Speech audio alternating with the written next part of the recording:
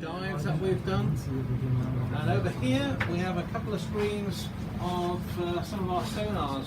So we've got over here the EM302 multi-beam echo sounder, which is what we use to make maps of the seabed, usually before we send the ROV down there.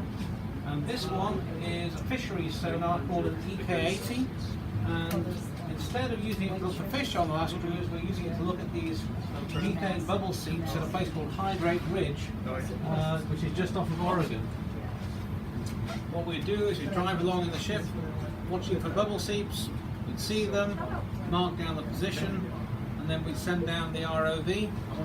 And ROV pilot tech Cody will tell you how that all works. If you were paying attention. So I am one of the ROV pilots on board FALKOR. Yep. So I control Sebastian from here. This is my main post. Sebastian is like a helicopter underwater per se. We are pilots, we do fly. So this joystick works for axial thrusters, which is this movement here, any kind of this movement. Then we got a paddle thrust right here, which is up and down. This joystick right here is used for our pan and tilt, which are 4K. This video feed that you're seeing, that video feed up there, likewise over here, is attached to. So we can move that 4K camera wherever we want for the scientists to see. Normal dive operations will be a pilot, co-pilot, outreach, and then a navigation guy behind me, / handy helper. So if something went haywire or something went wrong, the alarm started going off, he can easily turn off an alarm for me, start troubleshooting, saying, hey, look, this is what's going on. You got water ingress here, you're doing this, you're doing that. And if ultimately you have to shut off said camera or shut off said instrument, I will. If not, it's something bad, we'll recover and try to fix it. So up here we have our two navigational screens. Right here we'll have a small silhouette of Sebastian on the screen, flying around as we're flying around, and it is simultaneously. We use, to get that picture, we use beacons, we use USBLs, we use a DVL to actually get. Wait, What's what a are DVL? What are those? So a DVL is a Doppler velocity loss. Basically, it's a type of sonar that bounces signals off the seabed and looks at how the echoes are coming back. And it's basically watching the seabed pass by underneath to get an idea of where the bird is going in relative to the sea floor. Right here we'll have depth and we'll have an altimeter. Altimeter is used for when we're coming down, let's say kicks in around 100 meters, it sends a pulse down to the seafloor, takes it back up, kind of like a DVL in a way, but it's measuring how far that pulse was sent, so when it returns, it'll give us a depth reading of where the seafloor is. So it'll start at 100, 50, 60, so on, whatever, until you hit seafloor, so we don't come crashing into the seafloor. Normal situation will have full video feeds coming into all these screens from Sebastian. We have 10 cameras situated on Sebastian at very particular spots to give us a 3D feeling or a feeling of being inside of the ROV while we're flying.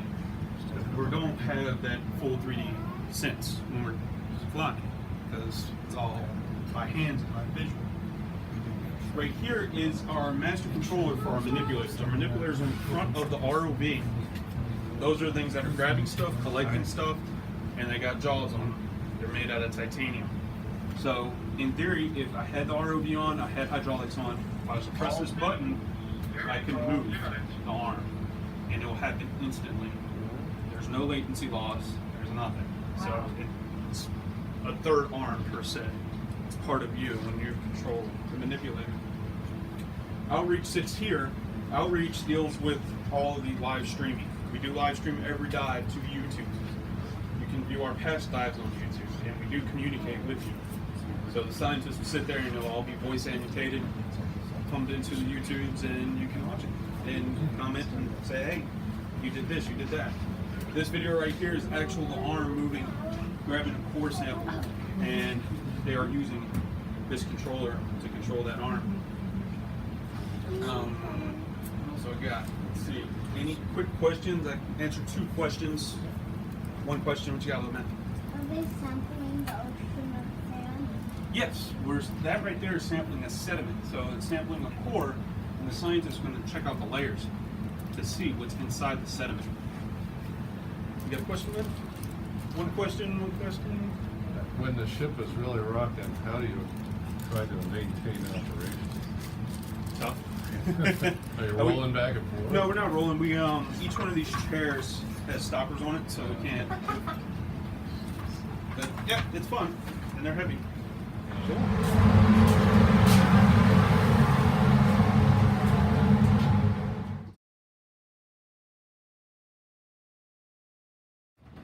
can adjust it slightly. We've got little blocks that go inside here. We can trim things out of different size equipment.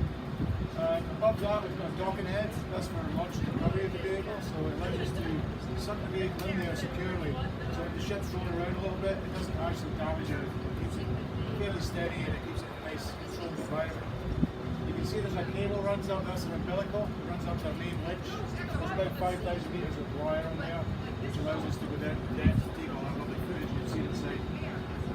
So inside the cable we have electrical conductors. About 4,500 volts gets transmitted down, and we have an electrical motor in the back, which then runs the hydraulic pump.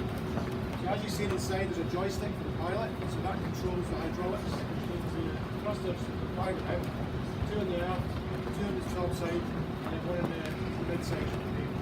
So that allows the pilot to fly around to all different areas.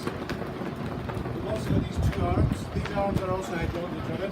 This allows us to take samples, allows us to actuate tools. Obviously we've got another suction sample here, allows us to sample critters from the seabed.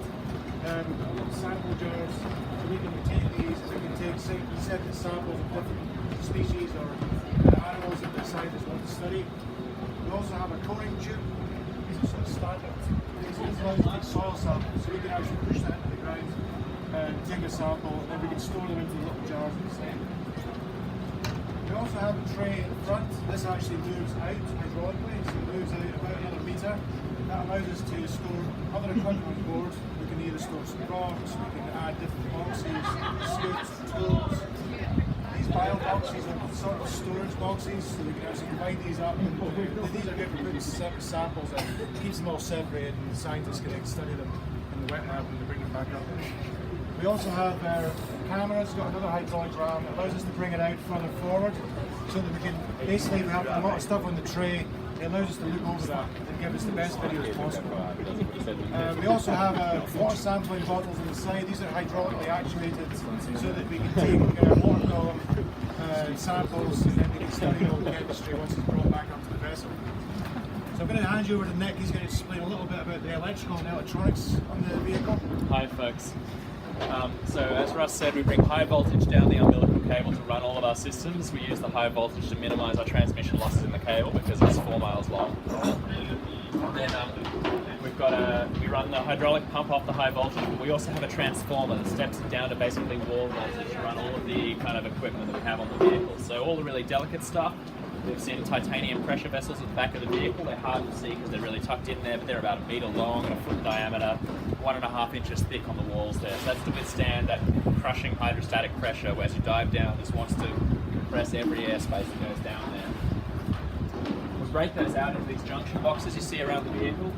These are actually full of oil, and we've got a compensation system that pressurizes the oil inside these boxes to match the ocean pressure wherever we are. So there's never a big pressure difference between inside and outside these boxes. That's how we can have square boxes rather than spheres or cylinders. That's how they can have plastic lids. That's why it's so convenient for the operators to pop the lid off, connect new instrumentation, that kind of stuff. So these are the systems that make it all possible. You saw in the control room, they got 27 screens, 12 cameras, no excuses. But if they do silt up the bottom or anything like that goes wrong, our guys are good enough to fly based on sonar. So they've got a 2D imaging sonar here that gives them almost like a camera image of what's in front of the vehicle, as well as a scanning sonar that has a sweeping head and makes that classic sonar sweep pattern you've seen in the movies. That gives them a good collision avoidance ideas. Yes. We've got a core suite of science tooling that Russ talked about, but also every cruise, part of the way Sebastian works is we take on new custom tooling from every cruise that comes on the vehicle. So that's what all this empty space is for and what all these dummy plugs are in this junction box. Next week we'll be putting on a new bathymetric laser scanning sled from Embari.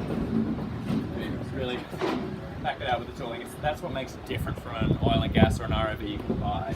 The science capabilities, this flexibility, and the difference in every cruise. How we doing for time? So is that needed by the next scientist crew that's coming on? Is that why you're adding that? Yeah, absolutely. So for the next cruise, they're going to be going down the California coast doing bathymetric surveys at the bottom with this gear. So it's a big one for us. The last cruise we had 19 different pieces of instrumentation. When I say 19, like one of them is a mass spectrometer, which is like 4 bottles on them this long, plugs, ethernet, serial.